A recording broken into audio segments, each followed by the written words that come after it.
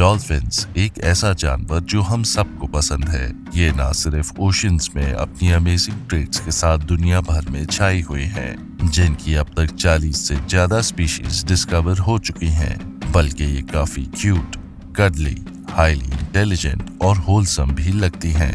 Right? Well, not exactly. Dolphins के पास एक darker side भी है, जिसमें ये काफी क्वेश्चनेबल चीजें करती हैं, जैसे कि ये इन्फेंटिसाइड, अपनी ही स्पीशीज को हरास करना, पफर फिश खाना सिर्फ हाई होने के लिए, दूसरी डॉल्फिन्स को किडनैप करना और कभी कभी तो बस मजे लेने के लिए मार देना तक करती हैं। शायद ये कुछ लोगों के लिए शॉकिंग हो, लेकिन एक और डॉल्फिन है जो सबको काफी इंटिमिडेटिंग लगती है, और वो है the killer whale. Killer whale काफी नोटोरियस है और इसने अपने एंटिक्स की वजह से एक फियर्स रेपुटेशन बनाई है, जो दूसरी डॉल्फिन्स को मारने और शिप्स को सिंक करने तक के इंसिडेंट्स को शामिल रखती है। लेकिन इतनी सारी चीजें करने के बाद भी किलर व्हेल शायद आपके थैलासोफोबिया को ज्यादा नहीं बढ़ाएगी, क्योंकि इसकी अपीयरेंस शार्क्स या जायंट स्क्विड्स जैसी नाइटमेयर इंड्यूसिंग नहीं है। लेकिन एक समय था जब ना इंसान थे, ना लायंस और ना सहारा डेजर्ट। तब डॉल्फिन्स सच में काफी टेरिफाइंग थी। उन्हीं टेरिफाइंग डॉल्फिन्स में से एक थी जो बिना किसी डाउट के अपने टाइम की सबसे डरावनी डॉल्फिन थी, द एंकाइलोरिज़ा। शायद आपने कभी इस क्रीचर के बारे में सुना भी ना हो, लेकिन ये डॉल्फिन साइंस के लिए लगभग 140 सालों से नोन है।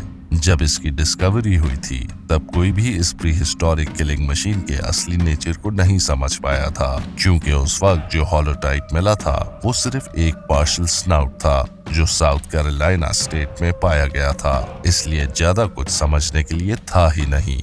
और बात ये भी थी कि जिस इंसान ने इसे ढूंढा और डिस्क्राइब किया वो पेलियोंटोलॉजिस्ट नहीं था, बल्कि एक जूलॉजिस्ट था, जो खुद भी ये समझ नहीं पाया कि ये नई स्पीशीज कौन सा एनिमल है।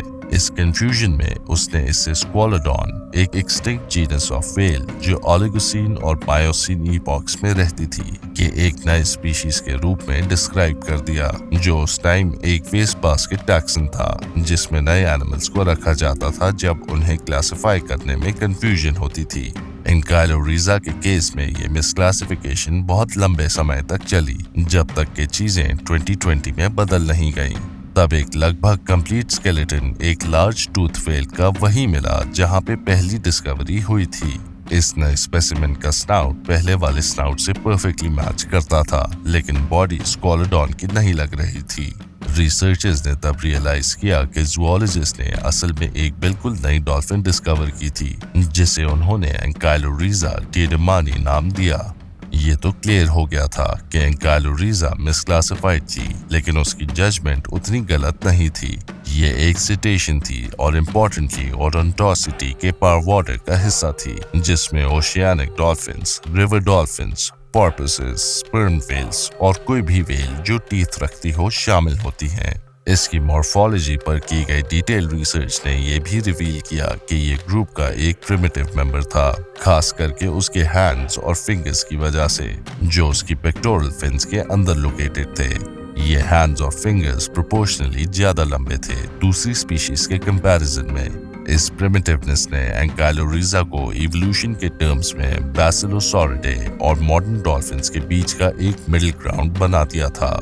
जो बात सबको सबसे ज्यादा हैरान कर गई वो एंकाइलोरिज़ा के फोरलिम्स नहीं, बल्कि उसका एक्सेप्शनल साइज था। असल में एडल्ट एंकाइलोरिज़ा पूरे ओलिगोसीन ईपॉक की सबसे बड़ी टूथ व्हेल्स में से एक थी।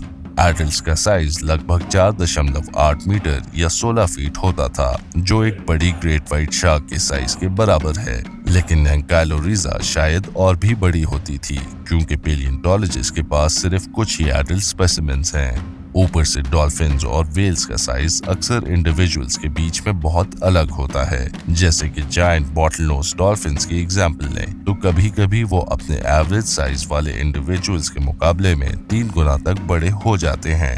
फिर भी 16 फीट या 4.8 मीटर का साइज मजाक का मामला नहीं है, खासकर जब बात एक ऐसे जानवर की हो जिसके पास एनिमल किंगडम के सबसे डरावने मुंहों में से एक हो। एंकाइलोरिज़ा, जिसका मतलब है फ्यूज्ड रूट्स, के दांत बहुत गहरे सेट थे, बड़े, तीखे, कॉनिकल और थिक सिमेंट्रम की लेयर्स में कोटेड थे। ये दांत ट्रैप करने और पियर्स करने के लिए परफेक्ट वेपन्स थे। इनकी पियर्सिंग पावर और भी ज्यादा हो गई थी लॉन्गिट्यूडिनल रिजेस की वजह से, जो बाइट को नॉर्मल फ्लेश के अंदर और गहरा स्लाइस करने देते थे। अगर आप अब तक समझ नहीं पाए तो ये दांत एक नाइटमेरिश एंगल पर पोजीशन थे, मुंह के बाहर हर डायरेक्शन में निकले हुए थे, खासकर स्कल के फ्रंट में जहां ये स्पीयर हेड्स की तरह दिखते थे। ये अजीब पोजीशन पहले पेलियोंटोलॉजिस्ट को कंफ्यूज कर गई थी, क्योंकि सवाल ये था कि एंकाइलोरिज़ा को उन दांतों का क्या फायदा जो उनके मुंह के अंदर भी नहीं थे। जवाब ये निकला कि ये फ्रंटल दांत शिकार को काटने के लिए नहीं बल्कि उन्हें रैम्प करने के लिए यूज होते थे। अपनी स्लीक और एजाइल बिल्ड के साथ एंकाइलोरिज़ा आराम से इतना मोमेंटम बना सकती थी कि अपने आगे निकले हुए दांतों से कैटास्ट्रॉफिक डैमेज कर सके। पेलियोंटोलॉजिस्ट का मानना है कि एंकाइलोरिज़ा इस अनकन्वेंशनल मेथड का इस्तेमाल वैसे ही करती थी जैसे ऑर्कास अपनी रैमिंग एबिलिटीज का यूज करती हैं, बड़े टारगेट्स को निपटाने के लिए। साथ ही एंकाइलोरिज़ा अपने इस वेपन का यूज दूसरे इंडिविजुअल्स के साथ फाइट्स के लिए भी करती थी, जैसे मेटिंग राइट्स या टेरिटरी के लिए। काफी हार्डकोर है ना? फिर भी ये प्री हिस्टोरिक डॉल्फिन सिर्फ लिटिल बिल्ट इन रैम्प तक ही सीमित नहीं रही, क्योंकि ऑब्वियसली वो काफी नहीं था। इसलिए अपने स्पीयर जैसे दांतों के साथ साथ एंकाइलोरिज़ा के पास एक स्कल था जो किसी भी और टूथ व्हेल से अलग था, जो इसे एक मॉन्स्टरस बाइट देता था। पहली बात तो ये कि इसका स्कल रोबस्ट बोन से बना हुआ था और प्रोपोर्शनली बहुत बड़ा था, जो उसकी पूरी बॉडी लेंथ का 20% था और रिलेटिवली वाइड भी था।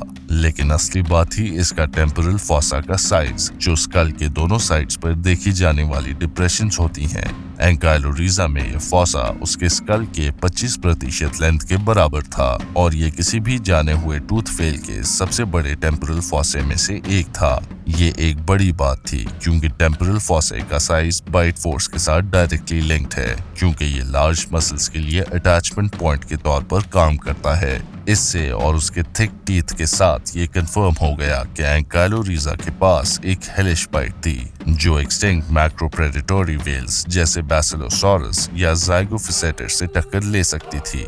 और इसके ऊपर एंकाइलोरिज़ा के पास एक यूनिक नेक था जो इसके किलिंग पोटेंशियल को और भी इन्हांस करता था। इसका नेक बहुत फ्लेक्सिबल था, जो इसे ज्यादा आसानी से प्रे के वल्नरेबल पार्ट्स को बाइट करने देता था और इंटेंस स्ट्रगल्स के दौरान बिना छोड़े अपनी पकड़ बनाए रखते हुए चॉम्प करते रहने की एबिलिटी देता था। फॉसिल रिमेन्स इस बात को सपोर्ट करते हैं कि जब एंकाइलोरिज़ा किसी चीज को पकड़ लेती थी तो वो एक अच्छी साइट नहीं होती थी। एंकाइलोरिज़ा के दांत साइंस में सबसे ज्यादा बैंग्ड अप माने जाते हैं, जिसमें एक्सट्रीम डैमेज और स्ट्रेस के निशान मिलते हैं, जो फ्लैश, मसल और सॉलिड बोन के साथ पावरफुल इम्पैक्ट्स दिखाते हैं।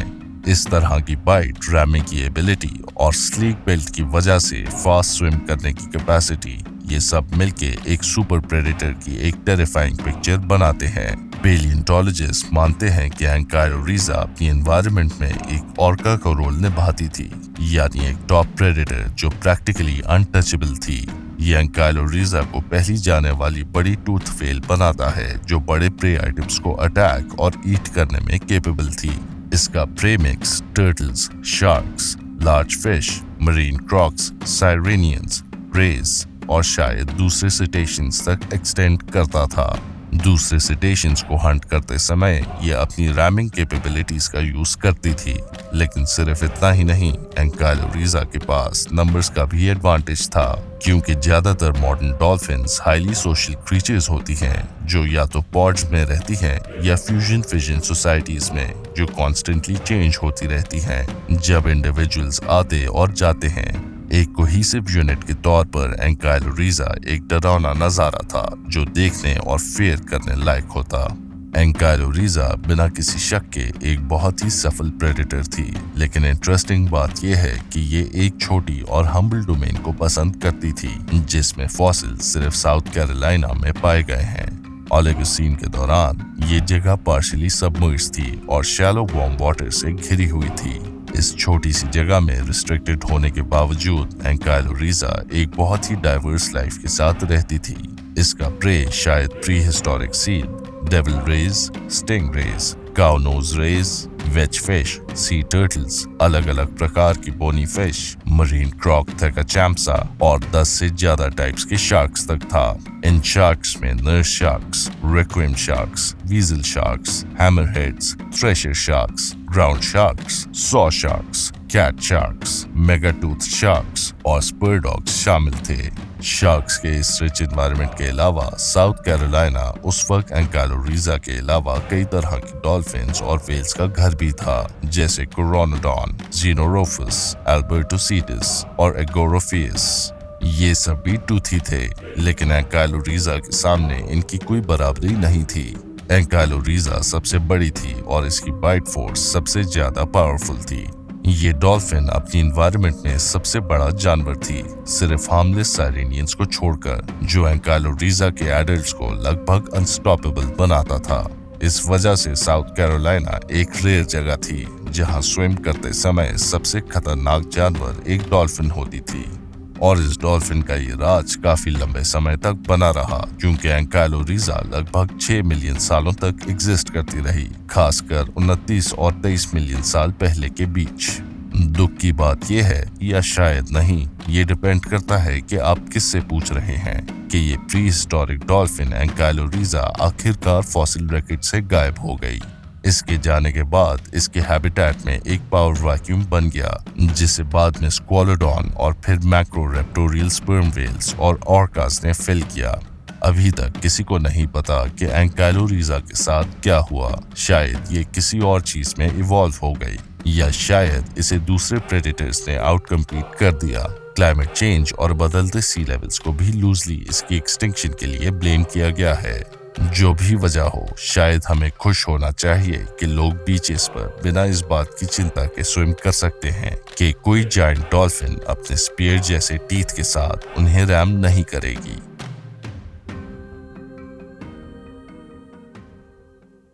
इस वीडियो को समाप्त करने से पहले मैं आप सबका धन्यवाद करना चाहूंगा। मैं उम्मीद करता हूं कि ये वीडियो आपको पसंद आई होगी। ये एक नया चैनल है, एक्सटिंक्ट जू का हिंदी अंश, और हम आपका समर्थन लाइक, कमेंट्स और सब्सक्रिप्शंस के रूप में प्राप्त करना चाहेंगे। बेल आइकॉन को दबाना मत भूलिएगा, ताकि हमारा अगला वीडियो अपलोड होने पर तुरंत आपको सूचित हो। एक बार फिर धन्यवाद।